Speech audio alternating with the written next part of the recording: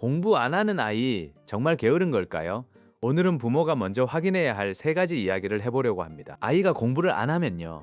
부모는 제일 먼저 이런 생각이 듭니다. 쟤는 왜 저렇게 의지가 없지? 왜 저렇게 게으르지?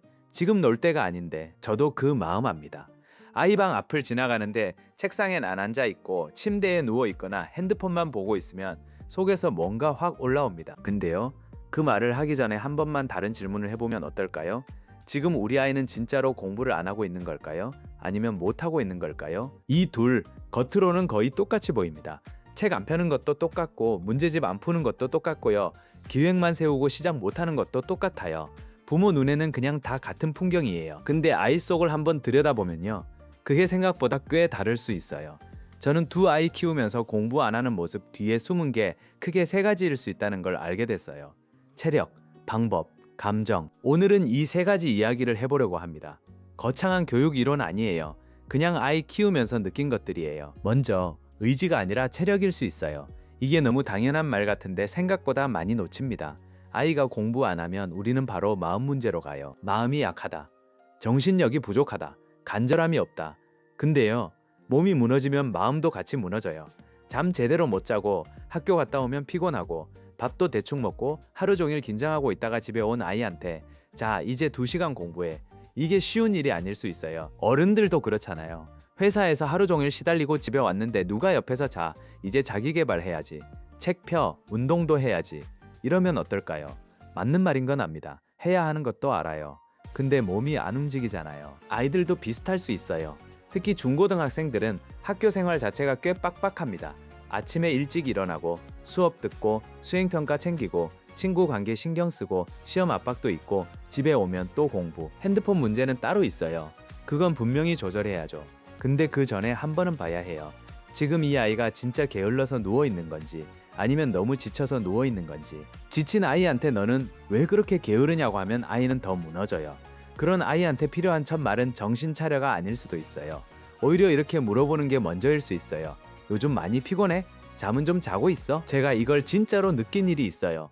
우리 첫째 고등학교 3학년 때였습니다. 방 앞을 지나가다가 방 안을 슬쩍 봤어요. 책상에 앉아 있긴 한데 자세가 영말이 아닌 거예요. 허리는 의자에 잔뜩 기대 있고 한쪽 다리는 책상 위에 올라가 있고 노트북을 보고 있더라고요. 부모 눈에 그 장면이 어떻게 보이겠어요. 딱 게임하는 것처럼 보였습니다. 그래서 방문 열고 들어가면서 농담 반 잔소리 반으로 한마디 했어요. 고등학교 3학년 게임 재밌냐? 그랬더니 이 녀석이 저를 딱 보더니 그러더라고요. 인강 듣고 있는데 순간 제가 멈췄어요. 아, 인강이었구나. 근데 그 순간 제 머릿속에 딱 스치는 장면이 하나 있었어요. 제 고등학교 시절이요. 저는 EBS 강의 1세대에 가까워요. 그때는 TV로 EBS 강의를 들었거든요. 근데 솔직히 말하면요. 저는 그게 진짜 듣기 싫었어요. 혼자 TV 켜놓고 듣는 강의는 완전히 다른 시간이었어요. 누가 잡아주는 것도 아니고 같이 듣는 친구도 없고 내가 스스로 버텨야 하는 시간. 자신과의 싸움 같은 거였어요. 저도 그때 가만히 반듯하게 못 들었어요. 몸을 비틀고 자세를 바꾸고 괜히 다리를 움직이고 집중하려다 또 멍해지고 그 순간 첫째를 보면서 이런 생각이 들었어요. 아, 이 녀석도 똑같구나. 부모는 자꾸 원리 원칙을 앞세우게 돼요. 공부할 거면 바르게 앉아서 해야지. 고등학교 3학년이면 자세부터 달라야지. 맞는 말이에요. 근데 맞는 말만 앞세우다 보면 아이 마음을 놓칠 때가 있어요. 두 번째는 방법이에요. 아이가 공부를 안 하는 게 아니라 뭘 어떻게 해야 할지 몰라서 못하고 있을 수도 있어요. 부모는 아이가 책상에 앉으면 당연히 공부할 줄 안다고 생각해요. 근데 생각보다 많은 아이들이 공부를 어떻게 시작해야 하는지 몰라요. 시험 범위는 넓고 문제집은 두껍고 인강은 밀려있고 프린트는 쌓여있고 수행평가도 있고 내신도 챙겨야 하고 모의고사도 신경 쓰이고 그러면 아이 머릿속에선 이렇게 돼요. 뭐부터 하지? 이거 다 못할 것 같은데? 부모 눈엔 이게 게으름으로 보여요. 아니, 그냥 하면 되지. 왜 안 해? 근데 아이 입장에선 그냥 하면 되는 게 아닐 수 있어요. 어디서부터 손을 대야 할지 모르는 거예요. 이럴 때 열심히 해라는 말은 별로 도움이 안 돼요. 필요한 건 각오가 아니라 첫 번째 손잡이일 수 있어요. 오늘 다 하려고 하지 말고 수학 한 단원만 보자. 한 단원도 많으면 틀린 문제 3개만 보자. 문제 3개도 부담되면 오늘은 문제집 펴고 표시만 해보자. 공부 다시 시작할 때 제일 중요한 건 완벽한 계획이 아닐 수 있어요.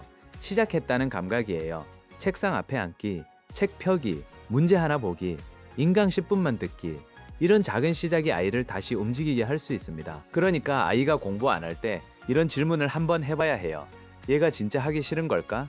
아니면 어디서부터 해야 할지 모르는 걸까? 이 질문 하나만 해도 부모 말이 달라져요. 세 번째는 감정이에요. 공부를 안 하는 게 아니라 틀리는 게 무서워서 피하는 것일 수 있어요.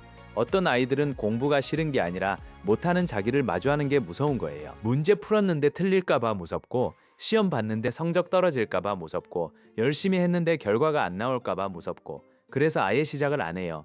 겉으로는 대충 하는 아이, 노력 안 하는 아이, 계속 미루는 아이처럼 보이죠. 특히 완벽주의 성향이 있는 아이들은 더 그래요. 하려면 제대로 해야 할 것 같고, 제대로 못할 바엔 차라리 시작을 미뤄버리는 거예요.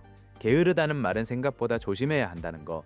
모든 멈춤을 게으름 하나로 설명하면 진짜 문제를 놓칠 수 있어요. 그리고 하나 더 이야기하고 싶은 게 있어요. 우리 집 아이들은 학교에서 뭘 받아오면 집에 오자마자 거실 테이블 위에 올려놔요. 성적표든 수행평가 결과든 잘 나왔든 못 나왔든 가방에서 꺼내서 그냥 툭 올려놓습니다. 저는 이게 아이들이 유난히 착해서라기보다 적어도 우리 집에선 그 종이 한 장 때문에 바로 혼나진 않는다는 걸 알고 있어서 그런 것 같아요. 성적표를 내놓는 순간 심판받는 자리가 되면 아이들은 점점 숨겨요. 그래서 저는 결과지를 보면 가능하면 이렇게 보려고 했어요. 이걸 왜 이렇게 봤어가 아니라 어디가 어려웠어?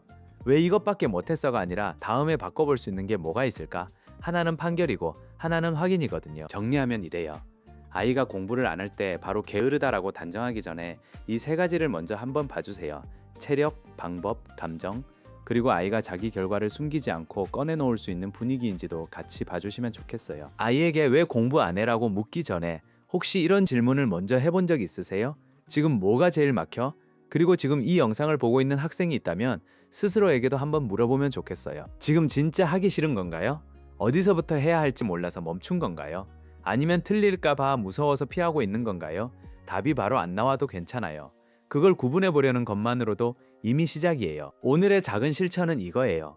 아이에게 왜 공부 안 해라고 묻기 전에 오늘은 이렇게 물어보면 좋겠습니다. 지금 하기 싫은 거야? 아니면 어디서부터 해야 할지 모르겠는 거야? 그리고 아이가 대답하면 바로 훈계하지 말고 딱 한 번만 더 물어보세요. 그럼 오늘 제일 작게 시작할 수 있는 건 뭐가 있을까? 거창하지 않아도 됩니다. 문제 하나, 단어 10개, 인강 10분. 그 정도면 충분해요. 멈춰있는 아이에게 필요한 건 대단한 각오가 아니라 다시 시작해도 괜찮다는 작은 감각이니까요.